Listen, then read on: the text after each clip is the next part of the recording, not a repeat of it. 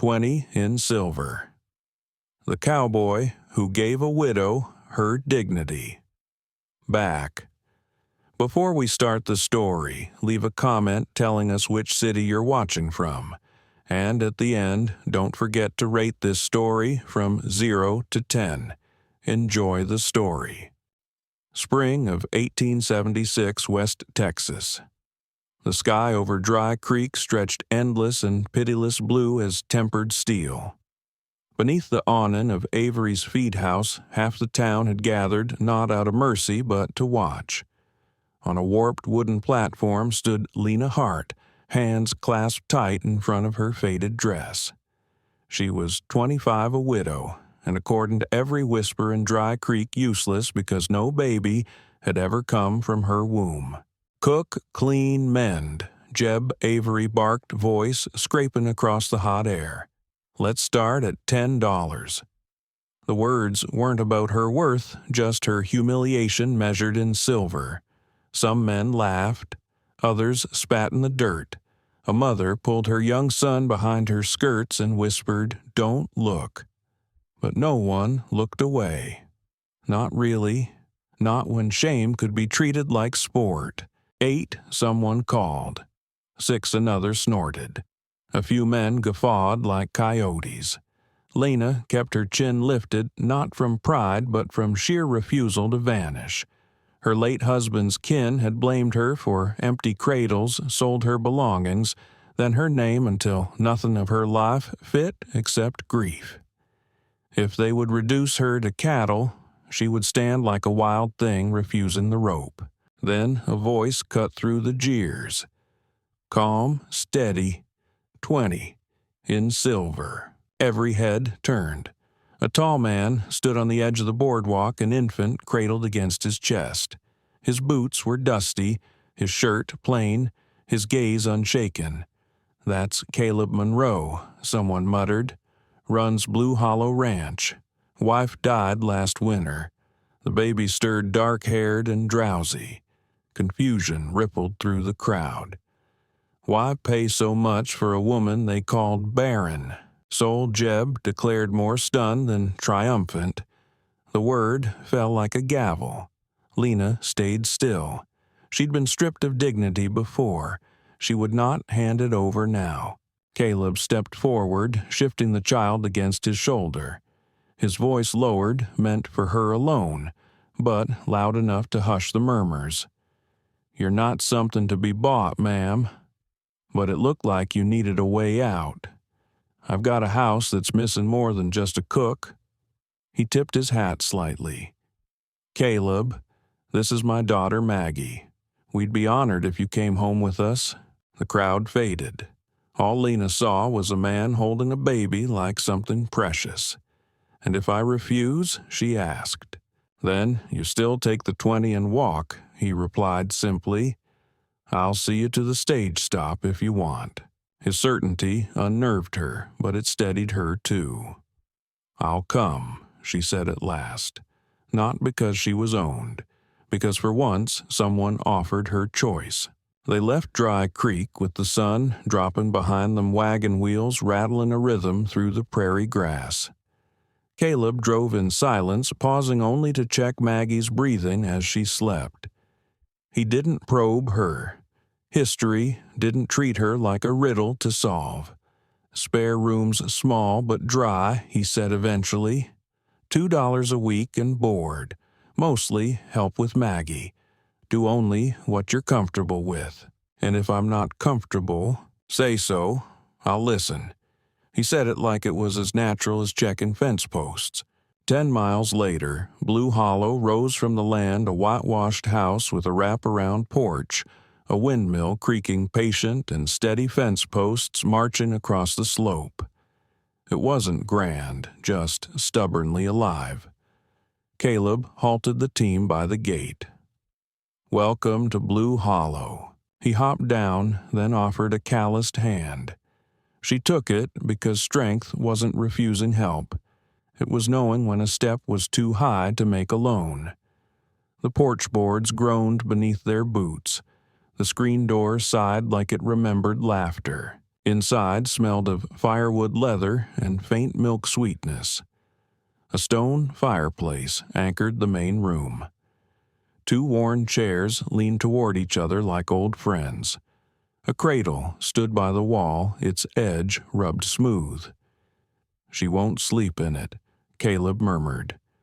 "Cries unless I hold her." Lena's eyes went to the baby's lashes, soft against her cheeks. "May I?" Caleb nodded. She lifted Maggie gently. The child blinked up at her and smiled a real smile that cracked something open in Lena's chest. Caleb exhaled as if he'd been holding his breath for months. "She likes you." He tried preparing a bottle in the kitchen, clumsy and muttering when the spoon clattered. Lena swayed gently with the baby in her arms. When he brought the bottle, she fed Maggie as if her arms had always known how. Warmth rose in her throat, shocking and fragile. She swallowed it down. After supper, jerky softened in broth and a sliver of apple, Caleb showed her the spare room. Narrow bed, patched quilt, a bolt on the inside. "Nobody comes through your door but you," he said. "Thank you," she answered. She meant for the door, for the quiet, for how he had seen her as human on that platform. "I'll be up with the sun," he added. "Coffee's on by first light. If you need anything, call. I'm not far." When the door clicked behind him, she stood listening to the silence. Outside, cattle lowed like distant thunder. Beyond the wall, Caleb hummed off key, while Maggie answered with tiny sounds. Lena sat on the bed spine, loosening. She had not been rescued like a damsel in a dime novel. She had been offered dignity and had taken it. As night settled, she whispered her own rules into the quiet. "No one speaks for me. No one touches without asking. I work not as penance, but proof I still have worth." Outside, wind shifted through the grass. Inside, Lena Hart let herself breathe like someone who might belong here, not owned, not borrowed, but possibly home. The days that followed didn't arrive like thunder. They crept in quietly like dew. Lena woke each morning to the low murmur of Caleb moving through the house, stirring the fire, grinding coffee beans in a worn tin grinder, checking the corral from the porch before the sun broke the horizon. Maggie's small cries would rise from the cradle, soft at first, then insistent. Caleb was clumsy with her, but careful. He tried to hold her bottle and fasten his boots at the same time, usually failing at both. Lena, still half asleep, would slip into the main room, lift Maggie into her arms, and watch the baby calm almost instantly. It was as if the child knew the shape of her heart already. At first, Lena worked as if someone were measuring her every move. She scrubbed the table until the grain showed pale boiled water for laundry, and mended Caleb's shirts even when he said they were fine as they were. He let her, never correcting, never commanding. By the second week, she found herself humming while she kneaded dough, her sleeves rolled to the elbow, Maggie babbling from a blanket on the floor. It startled her, this ease, this creeping rhythm of belonging. It had been years since her body moved without flinching for the next blow. Caleb rarely filled silences with talk, but when he did, his words were plain and rooted. One dusky evening, while they sat on the porch with the baby drowsing between them, he said quietly, "Her mama's name was Nora. Past birthing her." He stared toward the far ridge where lightning flickered without sound. "Bled too fast. I didn't even get to hold her." His voice didn't break, but something in it bent. "I'm sorry," Lena murmured. He nodded once. "I was angry at everything. At God. At me. Thought if I'd done one thing different, she'd still be here." Lena's fingers curled on her skirt. She could hear her late mother-in-law's voice calling her barren like it was a disease.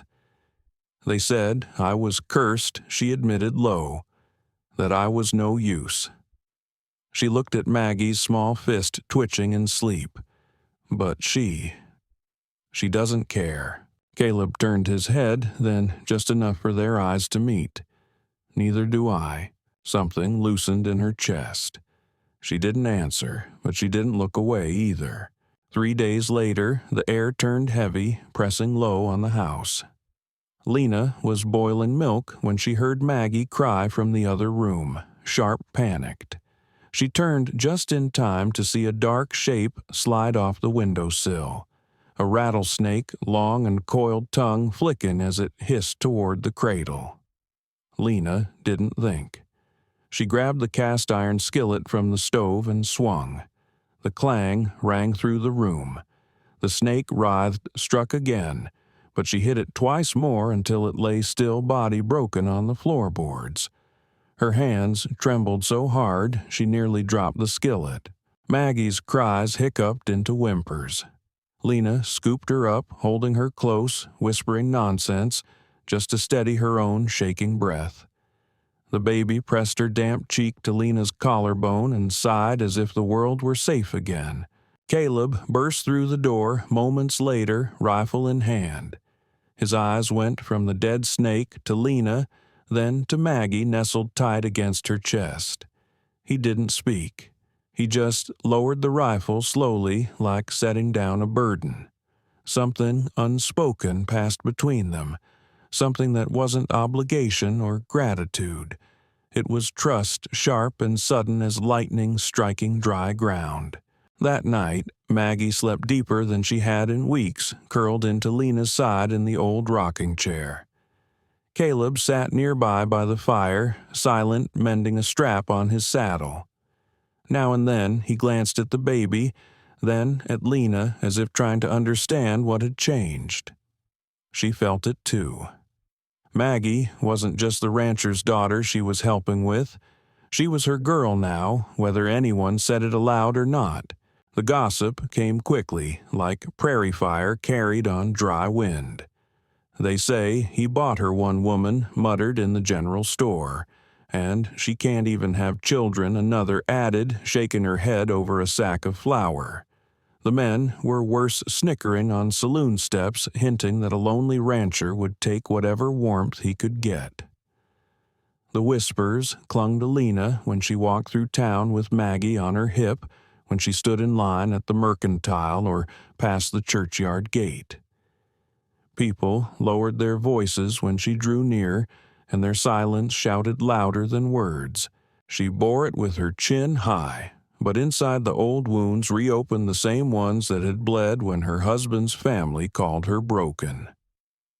One night, after Maggie drifted off in the cradle, Lena lingered by her a long time, watching the rise and fall of her tiny chest.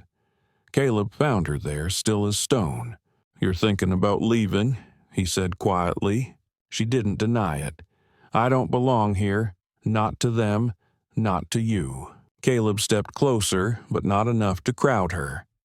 "You don't belong to anyone," he said. "But that don't mean you don't belong somewhere." The words lodged in her like a seed. The next afternoon, Caleb rode into town. The same men lounged outside the saloon smirking. One called, "Come to buy another one." Monroe, Caleb dismounted, slow boots hitting the boards like hammers. "She's under my roof," he said, voice calm but sharp. "She watches my child, cooks my meals, and speaks when she damn well pleases. If you've got something worth saying, say it to me. Otherwise, keep your teeth shut." The laughter died like a flame in wind. No one met his eyes. After a long pause, Caleb turned mounted and rode home. That evening, when Lena saw him dismount in the yard, her throat tightened. "You went to town," she said. "I did." "What did they say?" "Not much," he replied. "Not anymore." She stared at him and saw it not fury, not pride, but something stronger. He hadn't just defended her. He'd claimed her, not like property, like promise. "I don't know what to say," she whispered. "Don't," he answered simply. But she stepped closer anyway. "Thank you." "You're not alone here," Caleb said. Not anymore. And for the first time she believed him. The wind carried warning before the storm itself came. By late afternoon, the sky over Blue Hollow had gone the color of tarnished pewter, and the air tasted metallic sharp as bitten pennies. Caleb was already in the barn when the first cracks of thunder rolled over the hills. Lena stood on the porch skirts clinging to her legs, watching fence posts blur in the sheets of rain. Somewhere behind her, Maggie slept undisturbed by the shuddering world. Then a sound like timber splitting made her run. Through the downpour, she saw Caleb knee-deep in sucking mud, straining to haul a panicked steer from a collapsed section of fencing. The animal bellowed, eyes wild. Caleb grunted, trying to coax it free without spooking it worse. Another lightning bolt split the ridge, and the herd shrieked. Lena didn't hesitate. She grabbed her shawl, then dropped it halfway to the gate. There wasn't time. Mud sucked at her boots as she slogged toward him.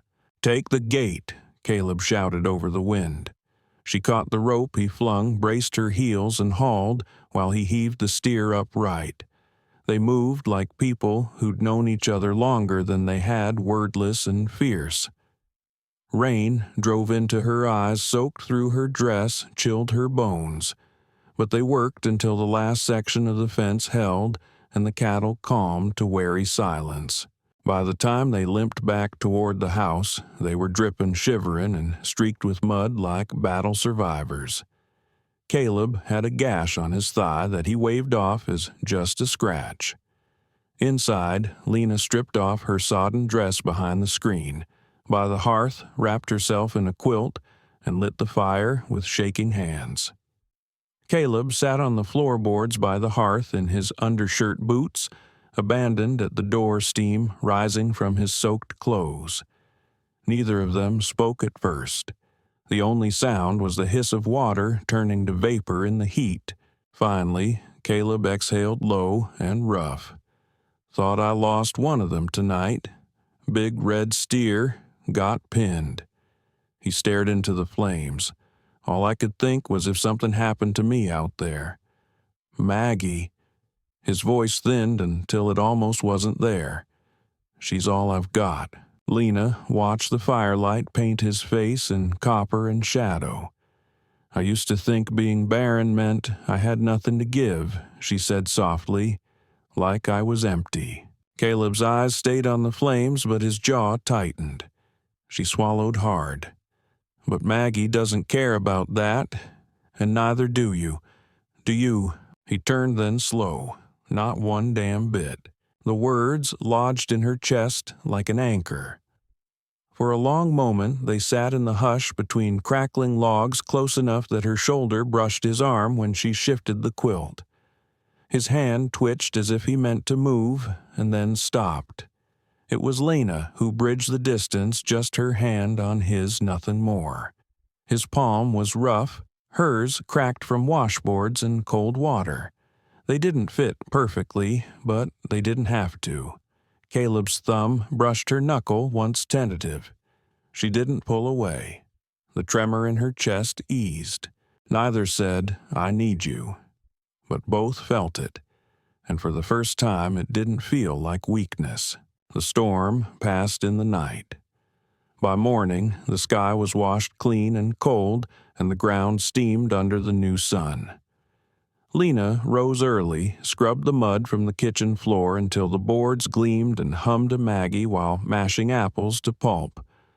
Caleb moved slower than usual, favoring his injured leg, but he said nothing.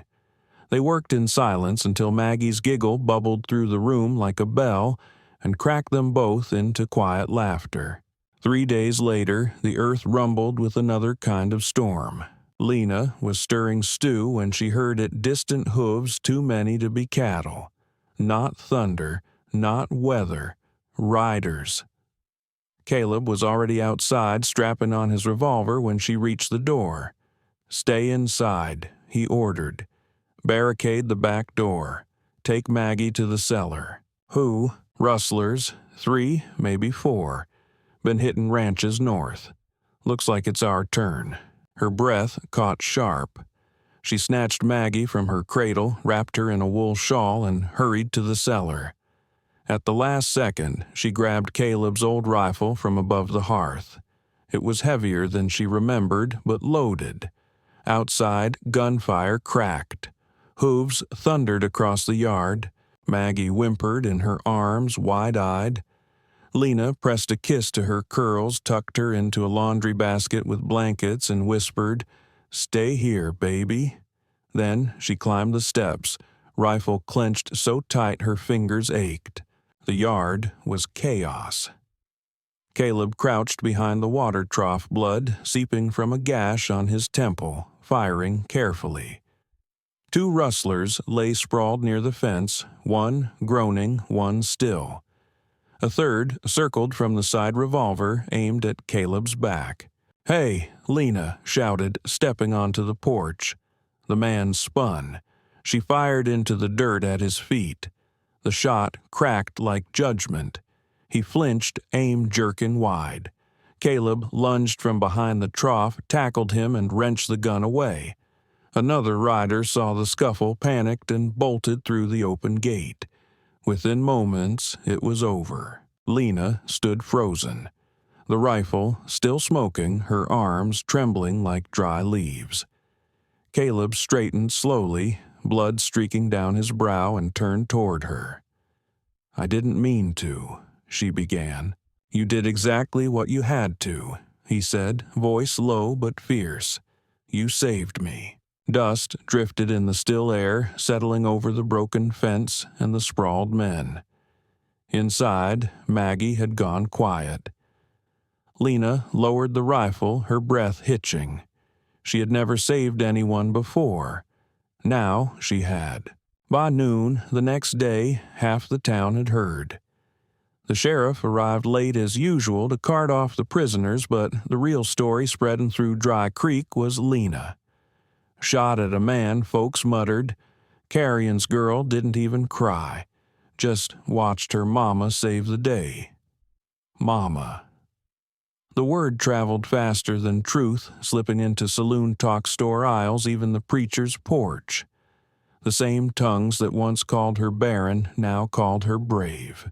But Lena didn't care about their shifting winds anymore. She only cared about the child who ran to her when frightened, and the man who had looked at her after the smoke cleared like she was the only thing standing between him and ruin.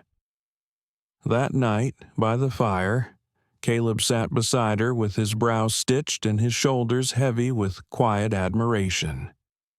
"You didn't just save me," he said at last. "You saved all of this."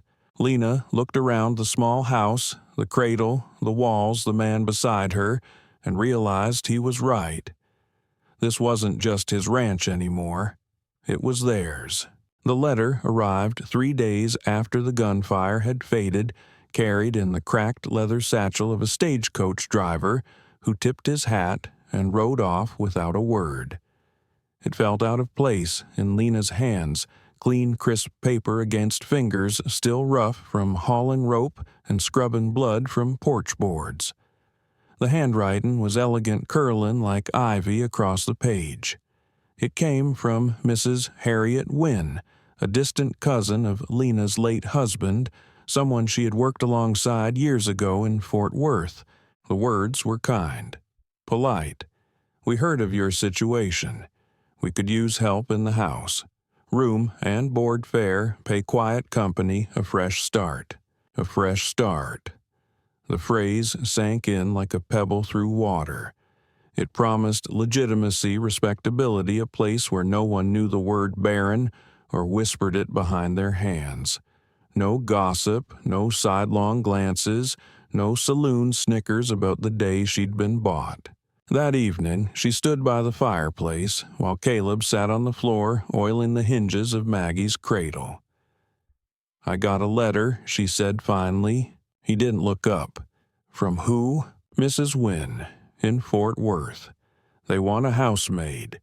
It's honest work. They'd give me a clean slate." Across the room, Maggie was on the rug babbling to herself, smacking 2 wooden blocks together. She paused, as if she understood the weight in her name, and crawled over to cling to Lana's skirts. Lena bent to pick her up, pressing her cheek to the toddler's curls.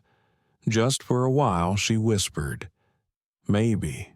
"She doesn't like that talk," Caleb said quietly, still working the hinge. "She doesn't understand." "Maybe she does," he said so softly she almost didn't catch it.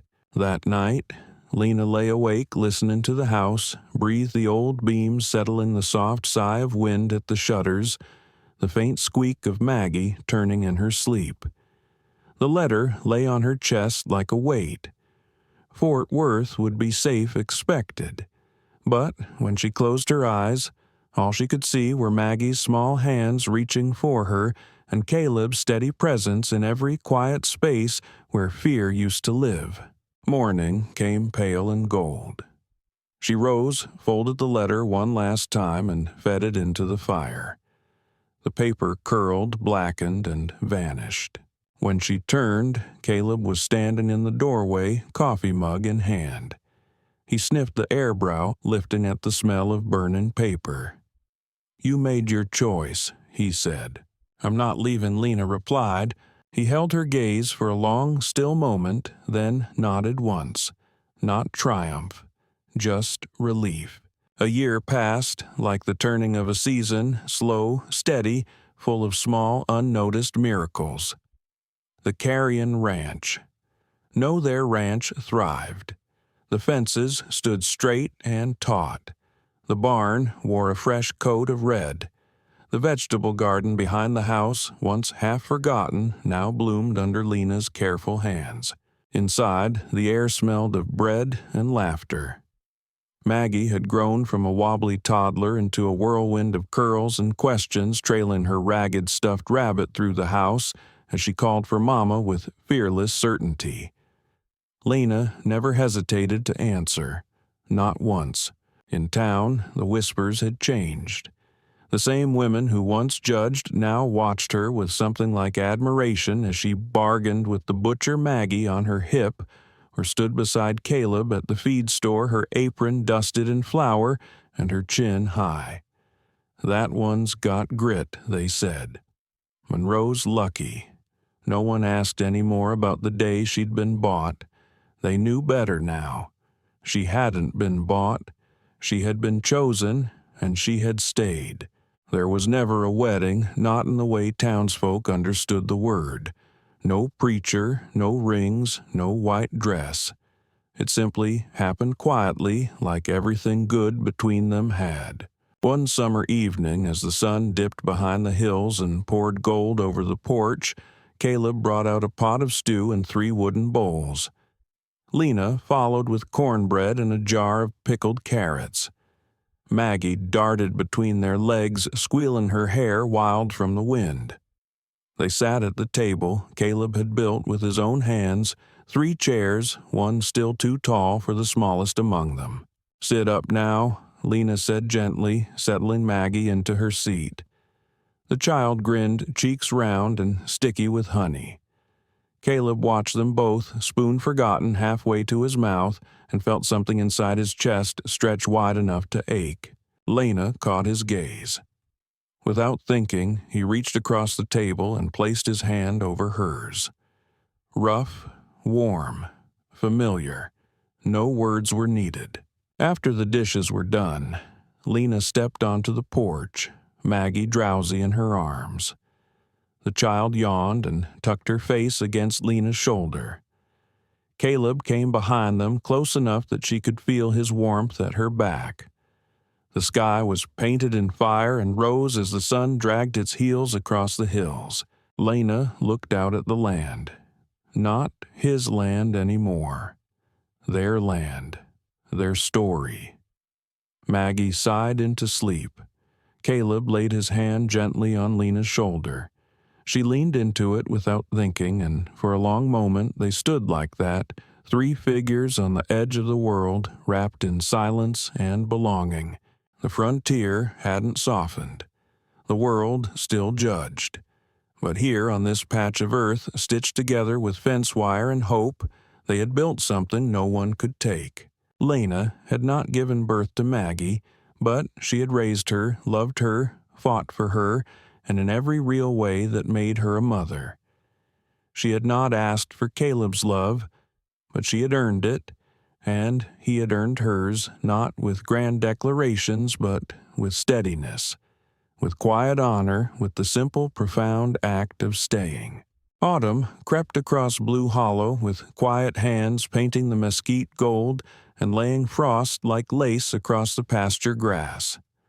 The ranch breathed differently now, steady sure of itself as though it had taken on the shape of the people who tended it. Caleb rose before dawn to ride the range, returning with wind-burned cheeks and hay caught in his hair. Lena met each day with sleeves rolled and flour on her apron, her laughter spilling through the house as easily as sunlight through the shutters. Maggie followed them both with fearless little steps, her curls bouncing as she toddled after chickens and demanded stories at bedtime. The house no longer felt too large or too quiet. It felt full. It felt alive.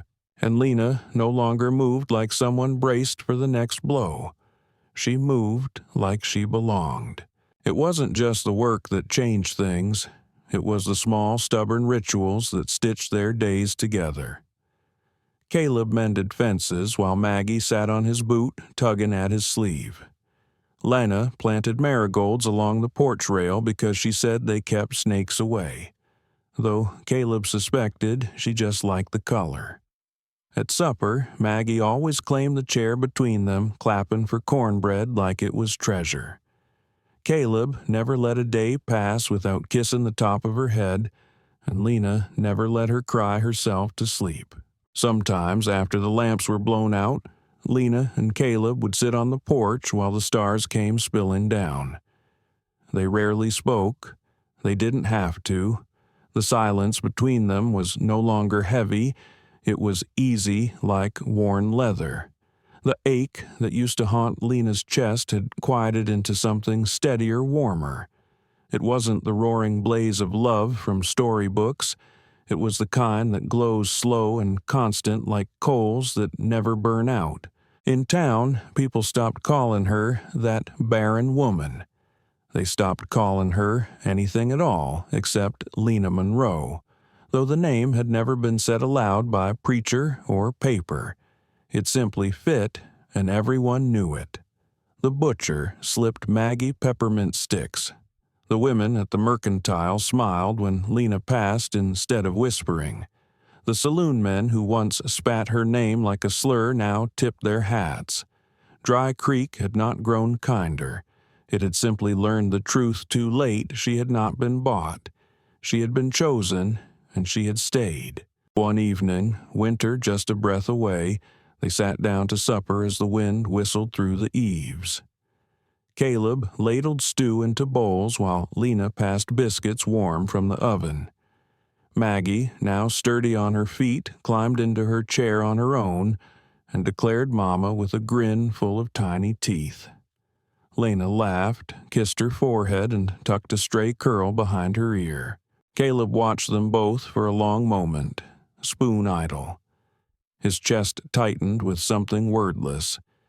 He had thought for so long that love was a thing you either lost or got lucky enough to find. But this had been built, piece by piece, day by day, through storms and gossip and silence and second chances. Lena caught his gaze, and for a moment the air between them felt still and sacred. He reached across the table, wrapped his rough fingers around her hand, and held on. She didn't pull away. She never would again. That night, after Maggie was asleep and the house had gone still, Caleb stood at the porch rail while Lena came up beside him. The sky was clear and sharp stars scattered like silver dust. The wind was cold enough to sting, but he felt warm with her shoulder brushing his. "This place was empty before you," he said quietly. "I didn't even know it." Lena didn't answer right away. She looked out at the pasture, the fences, the red barn glowing faintly in the moonlight. Our place, she thought. our life. Then she turned to him and smiled. It won't ever be empty again. He slipped his arm around her shoulders and she leaned in without hesitation. For a long time, they stood there, 3 breaths under one roof, 3 lives wound into one thread. And if this story reached something quiet and hidden in your chest, remember this love isn't always born in wedding vows or tied by blood. Sometimes it grows from showing up, from staying, from choosing each other again and again, even when the world says you shouldn't. Lena had been cast out as useless, sold like a mule, scorned as barren. But she became a mother by love, a partner by courage, and the heartbeat of a ranch that once stood hollow. Caleb didn't rescue her, he simply made space for her to rise. And together they built something no rumor or storm could take away. Tell us what love means to you in the comments. And don't forget to subscribe for more stories of hope, grit, and second chances on the American frontier.